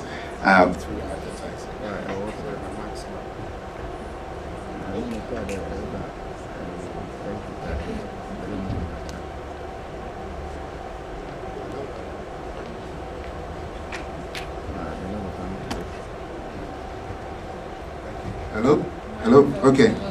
Sorry. Yeah, tell me about it. Sorry, so the one thing they all have in common is they're very heavily subsidized by advertising. Mobile is probably the first mass communication medium which isn't subsidized by advertising. All the money that's made in mobile, or a majority of that money, comes from, all of you. So it's no surprise that it's very difficult to monetize content on the #1 device, that Africans have with them all the time. So we needed a new business model which supported the same kind of ad-subsidized content that you get on TV, radio, and print on mobile as well. The reason why ad subsidies is responsible for the pervasiveness and the ability to monetize content on the other platforms is the audiences those platforms manage to reach. Yep. So it stands to reason that audience size on mobile is even bigger than it is on TV and radio. And if you can find a way to create audiences on mobile, and if you can find a way to reach them, then you can make money on mobile, which says, what's it called? Audiences are king, because right now I'm on the internet. I can access content from all over the world. Yeah, but who's it going to make money for? Yeah. Why does it make money for someone? It makes money for someone because I'm an audience member. Yeah. Why is social media big? Why is Facebook and Google have so much money? Because they create audiences for brands. Yeah. So we have to go beyond thinking the content is the product. The content is not the product. The product is you. Yeah. That's the new world that we live in, because the internet allows, low distribution costs, low production costs. So the way people monetize the new age of information and being able to distribute content around the world is through the audiences that they attract. Hello. Over here. I'm Jake. And hello? Yeah, I'm Jake. And I heard something you said in your presentation, and I just want you to clarify that for me. You were saying that your company... Sorry, go ahead, Jake. Yeah, you were saying that your company does a thing where they kind of pay for the data that the audience member uses to access the product, right? Yeah, and I know you were like rushing through it, but I would like for you to, kind of establish that for me, because I don't really understand what you're saying. Because what I understand was that, let's just say I want to listen to a song on Spotify, and I'm using Vodafone. Yeah, I'm using Vodafone to listen to a song on Spotify. How are you going to pay for that data that I'm going to use to listen to the song? Because that's what I heard from what you said. Okay, so let's look at two different models. Maybe a brand pays for the data in order for you to be able to listen to that content free of any data charges. Yep. So someone over here says how? The technology is really not important. The fact is that mobile operators can now make individual content, free of any data charge. They can make a video file free of any data charge, meanwhile charging you for the rest of the internet. This is where I'm saying that it introduces a new business model, which is, rather than thinking about content plans, you're thinking about data plans, as in the data is bundled in the content that you're consuming. I mean, that content will be free of any data charges, but if you access YouTube, you'll be charged. If you access Facebook, you'll be charged. Does that make sense? So as a content producer, you remove a very big barrier to people engaging with your content and your ability to monetize it, which is sometimes, people don't want to try stuff because it costs them money. You think your content's free, but I think it costs 5 megabytes, and maybe I need that for calls or something else. Saying that your system is better than what the MCNs do? Let me answer that one quick before. I just assume that I'm a 5-year-old and try explaining it to me in a way that I can understand. Okay. Where do I start? Okay. Look at it like this. Right now, when you listen to a radio station, you don't pay for anything. Yeah? You just listen to the radio station. When you watch TV, you don't pay for anything. Yeah? The reason why you don't pay to listen to radio or watch TV is because advertisers have paid for the infrastructure that's required to bring you these radio programs. All you've done... No, I understand. I'm building up to the 5-year-old thing. Yes. Exactly. Yep. So, in the case of radio and TV, advertisers pay for the airtime so that you can all consume content for free. It's a model that's worked for ages, yeah? So take this scenario as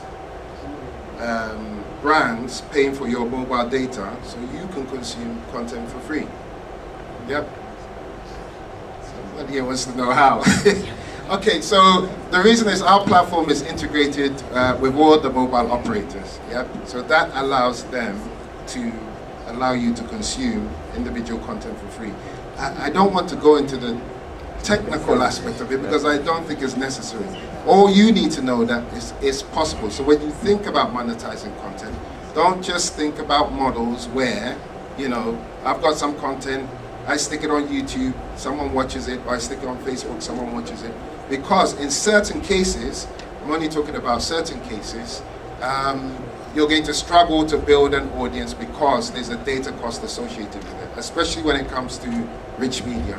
Yep, but remove that data cost, yep, and there's a possibility that more people would watch it, which allows you to build a bigger audience, which allows you to monetize. So I'll give you a simple example. I have 2 videos, yeah? They both look interesting, but one is free of any data charge to watch, and another one, you're gonna have to pay data to watch it. Which one are you going to watch? Free. Thank you very much. Everybody loves free. You can't agree. So I think we would have to end here, unfortunately. We need to quickly move to the next session because our speakers would have to quickly run into another meeting. So our next session is a panel with Fiona Okumu, artist relations and music editor at Apple and iTunes, and Amiel Deborah of amieldeborah.com. So Amiel, can you come? Hello, ladies and gentlemen. Oh, hi. Hi, ladies and gentlemen. I'm not feeling the vibe. Hi, ladies and gentlemen. How you doing? Are you guys hungry? Are you tired? Okay, I'm hungry. I think we'll be wrapping up things very, very soon. Now, this is day 5 of Social Media Week, and I believe everybody here has had a lot of fun. We've learned a whole lot of stuff, and today we are trying to con everything on with a fashion show and a concert later on, so keep that in mind. Now, today we are about to talk about content, you know, making money off content that, you know, people love. And we all know that we are part of social media, and we are all part of the content that is created every single day. Now, I want to do a real quick thing before Amiel and Fiona sits down. The word money. How many languages can you say it in? Like, if maybe Ashanti, Afanti. How many? Like, if you know, Sika is what? Chi, right? And what? Ega is what? Ewe. What else? Kudi. Jet. That's and Kudi. Right. So, because of time, let me just jump real quick. So my point is, for everybody and wherever you're coming from, money is a very important thing. And you realize that when you mention money or cash, every time your teeth sort of comes out because money is important. So let's get on to it and see how we can make money of the content that we put out, the content that we love. So with a round of applause, let's welcome Amiel Deborah as well as Fiona as they sit down. Hi Fiona. Where's Fiona? Hi. Okay. Then be on this side. Okay. Hi guys. Are you comfortable? I'm nervous. Okay, so don't be nervous. I'm sure everybody's happy. Yeah, we're cool. So first off, we all know we're about to talk about money. So I'm an upcoming artist. I've seen the likes of Sarkodie, Shatawale go on to make millions of money. So I want to make money off the content. How do I make it? Where do I start? Well, it's such a broad question. Okay. Are you speaking, so we're talking about an artist just recorded a song. How does he make the money? How does he make the money? Okay. I can't speak for, sorry, I'm so distracted right now. Where should I be looking? I can't speak for other platforms, so I'll speak in regards to iTunes and Apple Music, which is who I represent. So the stages are like this. You have a song, and you want to get it onto iTunes for download. So there's two different platforms. It's the download platform, which is iTunes, which is what everyone has been used to for the past 10 years or so. And then there is Apple Music, which is the brand new streaming service, only been around for maybe 2 years or so, right? So what you need in order to get onto those platforms is you need an aggregator. You need somebody who has a direct deal with us, who can then negotiate the percentages for you and then get you on the services so that people can actually see that work that you do, and that people can buy it, people can stream it, or if you have a good enough aggregator and they have a good relationship with us, they're not just uploading it on the service, they're also advertising it. So they're telling us about this, because we get trillions of songs every day on the service, and there's no one way of us knowing, okay, there's Papi Kojo's new song, unless his management or his label or his distributor say to us, look, new artist from Ghana, he should probably get some banner featuring on your store, so that on a Friday morning when the store comes out, when the store is refreshed and when the new releases come out, that's the first thing that you see when you look at the store. So it's this kind of thing. It's about finding the team that can help you go to the platforms, and in our case, those are the steps that you would take to do it. Okay. I think that's good. So Amiel, let me come to you. So you're like one of the biggest, if not the biggest blogger in Ghana.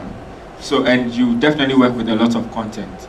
Now with this content that you work with, how ideally do you make money off it? And if someone wants to get into that space as well, how does this happen? I know that's a big question. Everybody thinks Amiel is flying high and enjoying a lot of money, but it's not always the case. For me, I get money through a variety of ways. Initially, it started by monetization through AdSense, and so for those of you who've got blogs, you know when you sign up for AdSense, you put up the code, and based on a number of algorithms, if I can use that, number of people who are reading all of that, then you get paid a certain amount at the end of the month. So that was initially the main option, and I grew over the years to the point where now I do get direct advertising. So maybe a company will come to me or through an agency to look for a banner space on my blog. There are people who are paying for content that either I'm writing or they are submitting. And so I'm also getting money or revenue through that. And I'm also getting money through social media influencing, which Irene has a big issue with. And I would like to go back to what Irene did. I mean, I enjoyed her presentation, and I think it's also good to localize things, because as much as she talked about Ghanaians, all the big examples she gave are foreigners. And a matter of culture, Americans would see a Jay-Z and worship him.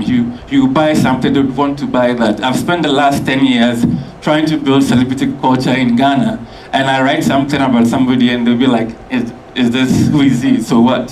So you have to also look at it in context with culture, and also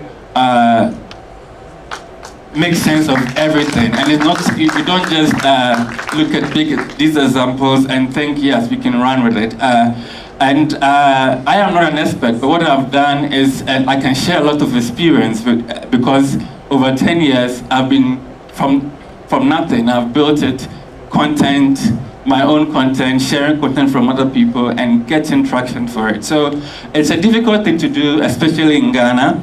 And don't be offended if brands only care about people and their traffic, because at the end of the day, the term influencing may not apply because of culture, etc., like it does apply elsewhere. So It's so unfair. it is fair. I mean, No, it's so unfair to all the people trying to do good stuff in this country. and I'm doing bad stuff. I'm not doing bad stuff. But your presentation was targeted to people you think were cool. Hi. I think we'll have time to ask questions. Yes, you did, but your examples were not in good taste. Thank you. I'm sorry, I felt a little bit offended, not. And I'm happy these people are backing me up because you trick people. No, because this is how we're talking about content and making money, and this is for years I've built this, and I'm now sort of seeing signs of making money out of it. And you don't drive people away without giving them good reasons to go away. I hope that makes some sort of sense. Yes. Okay. So if I'm picking from what you're saying, you've had the experience and you know that the culture here is not. Yes, you have the culture here is not ideally like that outside. Yes, so if you have you're to making look at comparisons. Okay. So. Okay. But then. Okay. Thank you. So let's try and move on. We'll have a question and answer session, where you can definitely ask whatever questions you have, and then we can move on. Let's because of time. Let's talk about YouTube. Hello. Let's talk about YouTube now. We already have a session. We had a session quite some minutes ago where we spoke about how to make money off it. Now it looks all easy, and you have a channel. I want you to throw a bit light on how easy it is to actually make money off YouTube, since it's something I can wake up in my room and just put a video out. How easy is it? Yes, I'm really happy that a conference like this brings together a lot of people, including creators, including brands, including agencies. And I think it's important for all of us to work together in partnership to create content that appeals to people, and then everybody benefits in terms of getting your mileage with your brand, etc. The previous presentation about YouTube was more about how you could monetize using Google revenue, etc. But I have been doing that, and my content hasn't, because I do content that is often news and also sometimes opinionated, sometimes review, so it varies. So I started a lot. There was a time when if something was happening in Ghana and you wanted to find it on YouTube, most likely you find it through me, and it didn't take too much to produce. It's just a matter of being there at the right time, talking to the right people who are saying things that people really want to see. So for instance, it could be a video of Asamoah performing and throwing money on people.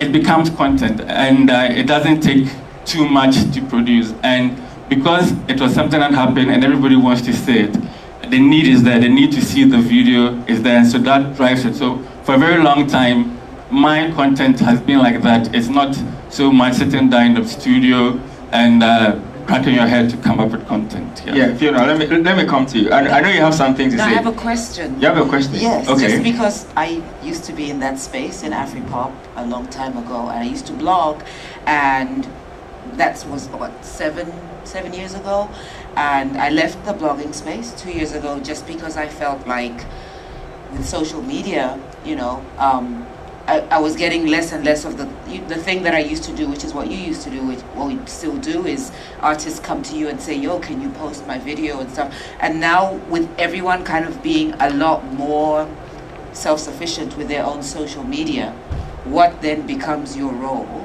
in this dispensation? Like, what are celebrity bloggers doing now, since we have Instagram and Twitter and all these other things? Yeah, very good question. Exactly, and we are cleverly also using their social media to create content that comes back to us. So you tweet their tweets? No, so we will make a story out of, because the way social media works is, even if you have 1 million followers, you're not guaranteed that everybody who follows you will see what you've posted.